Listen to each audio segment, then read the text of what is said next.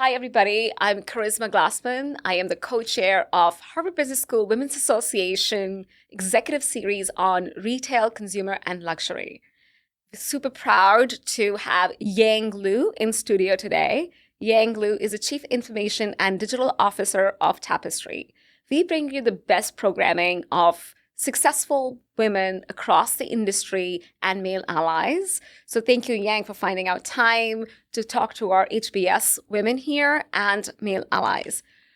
Yang, would you like to introduce yourself? Sure. I'm Yang Liu, Chief Information and Digital Officer for Tapestry. I'm super honored to be here. Yeah. First, Tapestry is a global house of luxury brands. We have two iconic brands, Coach and Kate Spade, New York. And I'm here to share with everyone my journey as well as what we've been doing. Wonderful. Yang, you have been in the industry for over 2 decades and even longer. It's been across. Did you always think that this would be your journey and destination? You would land as a technology executive, as a CIO, or looking back through the years, what is a different journey that you had in mind? So when I came to this country, I was 12 and I didn't speak a single word of English. And technology became an equalizer for me because when I was in a computer science class, no one knew the language of the computer. So I was equal footing with everybody else. So that's actually how I started. And then I quickly realized I really love programming. While I was programming, I still remember how excited I was creating games, having the computer respond back to me, and really solving problems. So it's that love for programming and for technology that got me into the technology field. I didn't really start it by thinking I'm going to be a CIO. I didn't really start by thinking I'm going to be in leadership. It was purely just I love programming and I had a passion for it. And that's actually my advice for people who going into the workforce, which is do what you love to do. And I remember in my first job, I will be working beyond midnight. And back then, when you work beyond midnight, you don't go home and work. You actually stay at work and work. I know we can't imagine that world because there was no cell phones, no laptops. So working means you stay at work with the desktop. Yeah. But because I loved it so much and I loved programming so much, it didn't matter. I was doing what I was loving to do. I was like addicted to programming. Yeah. So my advice is do what you love to do and it wouldn't feel like work. So the CIO role in luxury and consumer has transformed dramatically. It used to be just a back office before, and now it is, especially with AI, it is one of the hot seat in the C-suite. Tell us more about your experience there. What has really changed? How the KPIs? How has measurement really changed? How has your day-to-day really changed ever since or evolved? That's a really good question. Excellent question. So right now, I think of myself as a business person, a business person who happened to be really great at technology. And I think the CIO role has changed as well. It's not so much years ago you think of a CIO back end, right? Even the name is a bit of dated and back end. But today, especially with the AI disruption, the CIO actually sits right at the intersection between strategy, growth, and execution. How amazing is that? Right? Absolutely. What an amazing place to be, and what an amazing time to be a technologist. So if we really actually not just focus on technology, but take the time to really learn about our customers, take the time to deeply understand our business, that's a powerful combination. Now you could really shape the business strategy and shape the business outcome. So that's, I think, how the CIO role should be looked at today. Is not just, okay, I can get things done and I can execute, but I could be a strategic partner to drive the right outcome. Absolutely. So you say, I think one common theme that I am hearing in your journey is constant learning and pursuit of curiosity. That every role that you have changed is that pursuit of curiosity. So has sponsorship come to you, or did you have to especially as a female professional, a female leader, women in tech, the numbers are small.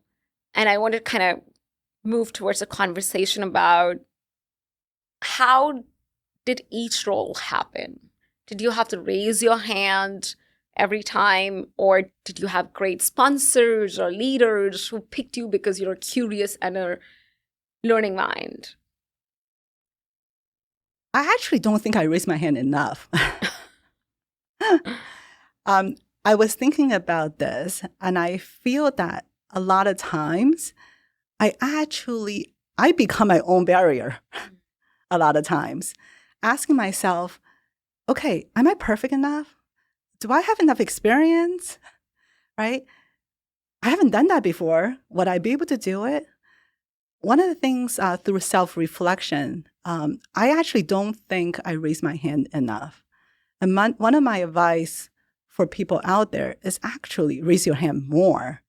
You don't have to be ready the way that you think readiness looks, right?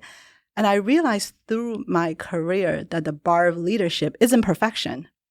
It's actually judgment, point of view, and willingness to take accountability and ownership and drive to an outcome. And when I realized that, I became more comfortable and confident to raise my hand. So my advice is actually raise your hand and say yes. I don't think I did enough of that. I think I actually asked a lot of questions. Am I ready? Do I have the time? Right? And start with a lot of, I don't know, versus raise your hand and say yes. Say yes before you're comfortable. And say yes and say, I'm willing. I'm willing to do more. I'm willing to learn more. I'm willing to put in the time, to take the ownership, to drive outcome, and I'm willing to do it. That's awesome. So always say yes. I think we have had, all right, so AI is on everybody's lips. Firstly, I want to start with a very broad stroke. What are your thoughts on AI in luxury and fashion? Well, for me, it's how to use AI in an intentional way. So we use AI for two things. One is to help us have a better customer experience, and two is to help us have more productivity. Mm-hmm. So we look at AI as an invisible enhancer, right?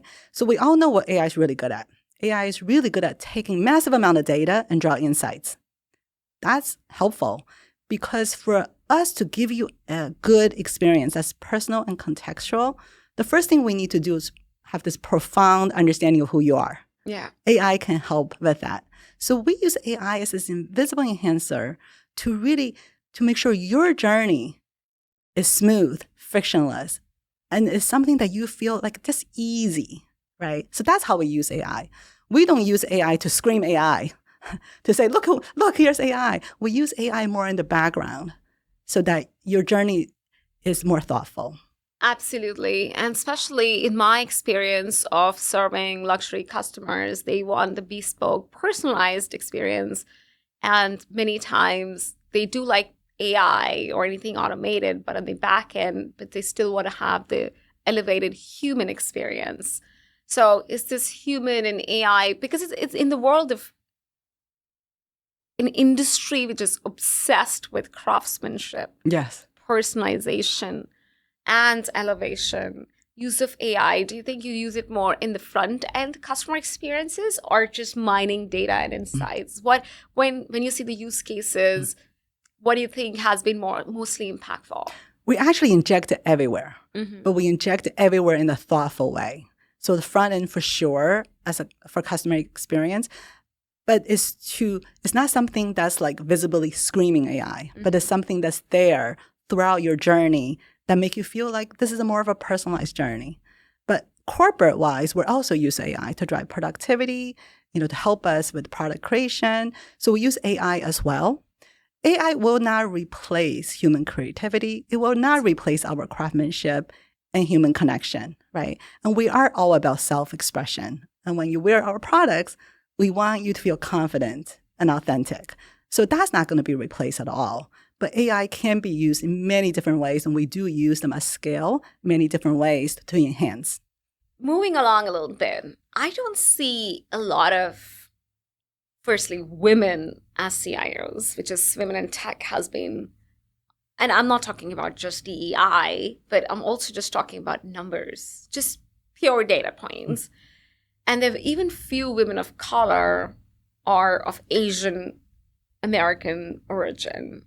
How do you think that has, firstly, it has impacted you, or was it deliberate, or did you find the right sponsors along the way? People ask me that question a lot. Mm-hmm. I actually never really thought that way, to be frank, because it was an equalizer for me, right? And it's true, when I was in college, most people in that major were men, and same thing as work. But because it was such an equalizer for me, I really never really thought that way. That being said, I am very passionate about this, especially about women in STEM, because I do have a daughter, and she's in high school right now. And I see the number of young girls drop as they get older. So as they go from elementary to middle school to high school, the number of girls interested in STEM drop. And I don't know why that is. So I'm actually very passionate about that because I think having role models is important. Having role model that, hey, you know what? I'm a technologist. Having those role models is important. Actively talk about it is important. To have really a space for conversation. My daughter, for the first few years in middle school, she will take, camp. And she took a couple engineering camps.